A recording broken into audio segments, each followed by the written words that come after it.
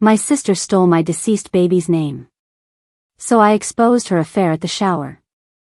The knife slid through the white buttercream frosting with a sound that was almost too wet, too soft for the violence it represented.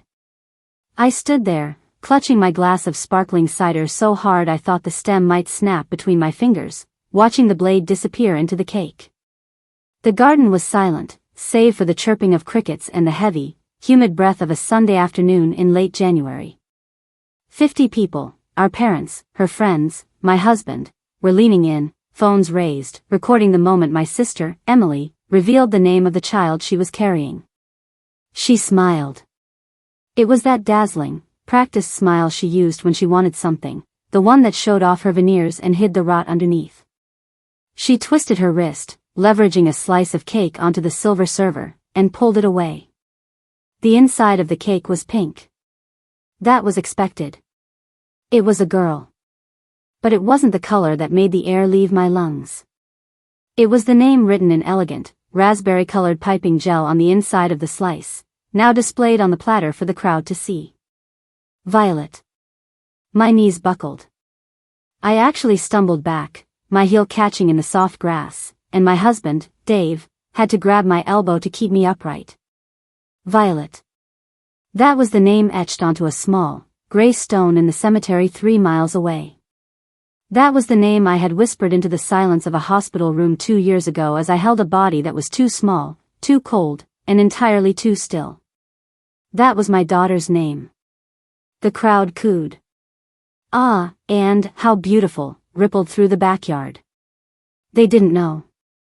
Most of Emily's friends were new, people she had collected in her yoga classes and high-end brunch circles. They didn't know about the nursery I couldn't bring myself to dismantle. I looked at Emily. She wasn't looking at the guests. She was looking directly at me. And in her eyes, there wasn't a shred of hesitation. There was a challenge. "It's beautiful, isn't it?" Emily announced, her voice ringing clear as a bell. We wanted something classic. Something floral. "Emily," I choked out. My voice was small, swallowed by the open air. "You can't." She turned to me, feigning surprise, playing to the audience. "Oh, Sarah. Don't be like that." She walked over to me, still holding the cake server, looming in her white maternity dress like a specter. "I knew you might be a little sensitive," she said, loud enough for everyone to hear. "But Mark and I talked about it. Since you aren't using the name anymore, we didn't want it to go to waste. It honors the family, don't you think? It keeps her memory alive." "Not using it?" I whispered. The heat started to rise in my neck, a prickly, suffocating sensation that crawled up my throat. "She's not a handbag I returned to the store, Emily. She was my child." "She was a stillborn, Sarah," Emily sighed, rolling her eyes just slightly, a gesture meant to convey that I was the one being unreasonable. "It's been 2 years. You can't hoard a name forever. You need to move on. This is a happy occasion. Don't make this about your trauma." "My trauma?" I repeated. "Yes," she stepped closer, lowering her voice to a hiss that only I could hear.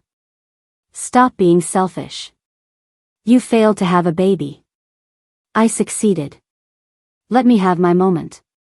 If you cry, you're ruining the party." I looked at her. I looked at the smug satisfaction on her face. She thought she had one. She thought that because we were in public, surrounded by expensive decorations and judging eyes, I would fold. She thought I would swallow the bile, nod my head, and play the supportive sister because that's what I had always done. But she forgot one thing. I had brought a gift. It was sitting on the gift table, wrapped in silver paper with a white bow. It was heavy. And inside that box was the thermal detonator that was about to vaporize her entire life. "You're right," I said, my voice suddenly steady. The tears in my eyes dried up, replaced by a cold, arid desert of rage. "I shouldn't make this about me. This is about you. And Mark. And the baby." I pulled away from Dave's grip. I walked toward the gift table. I picked up the silver box. It felt heavy in my hands, weighted down by the glossy photo paper inside. I turned back to the crowd. The silence was thick, tension radiating off the guests who had finally realized that something was very, very wrong. Mark, Emily's husband, was standing by the punch bowl. Mark is a good guy. He's an accountant, boring in the best way possible, the kind of guy who mows his elderly neighbor's lawn and actually pays for music. He looked confused. He looked worried. He was looking at me like he wanted to intervene but didn't know how. "Sarah?" Mark asked, stepping forward. "Is everything okay?" "Everything is clarifying, Mark," I said. I walked past Emily. She tried to grab my arm. "What are you doing?" she hissed. "Sit down." "I have a gift," I said, raising my voice so it carried to the back of the garden. "Since we're sharing things today. Since we're talking about honoring the family and not letting things go to waste." I stopped in front of Mark. "This is for you," I said. "Open it." Mark looked at the box, then at Emily. "Mark, don't." Emily shrieked. Her composure cracked. The mask slipped. "It's probably something creepy." "She's hysterical." "It's not creepy," I said, staring Mark in the eye. "It's the truth. And I think you deserve the truth before you sign a birth certificate for a baby named Violet." Mark took the box. His hands were shaking. He pulled the ribbon. It fell away like a dead snake. He lifted the lid.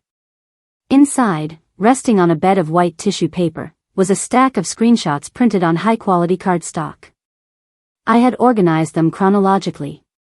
Mark picked up the first sheet. "What is this?" he murmured. He read it. Sender, Emily. Recipient, Damon, Jim. Date, October 14th. Text, "I'm late. I think I'm pregnant. It has to be yours.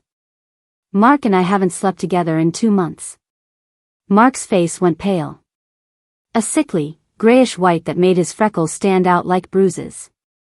"Mark?" Emily lunged for him. "Give me that." She faked them. "She's crazy." I stepped in between them. I am 5'4", but in that moment, I felt 10 feet tall. I shoved my sister back. Hard. She stumbled into the table, knocking over a pitcher of iced tea. "Read the next one, Mark," I commanded. Mark didn't look up. He flipped the page. Sender, Damon, Jim. Text, "So what's the plan? You gonna leave him?" Sender, Emily. Text, "No LOL. Mark makes $200,000 a year. You make $15 an hour training soccer moms. Mark is going to raise this baby, and you are going to stay quiet. I'll bring the kid to the gym so you can see her. Best of both worlds." The silence in the garden was absolute. A bird chirped, and it sounded like a gunshot. Mark dropped the papers. They fluttered to the grass, scattering like autumn leaves. He looked at Emily. His eyes weren't angry. They were dead. "Best of both worlds?" Mark whispered. Emily was hyperventilating. "Mark, baby, listen to me. It's AI. She used AI to fake them. She's jealous because her baby died. She wants to ruin us." I checked the phone bill, Emily, I cut in, my voice like ice. I checked the call logs. 2 hours every night while Mark was working late during tax season. "Who were you talking to? Siri?" Mark looked down at the scattered papers. He saw the photo I had included at the bottom of the stack, a selfie Emily had sent Damon.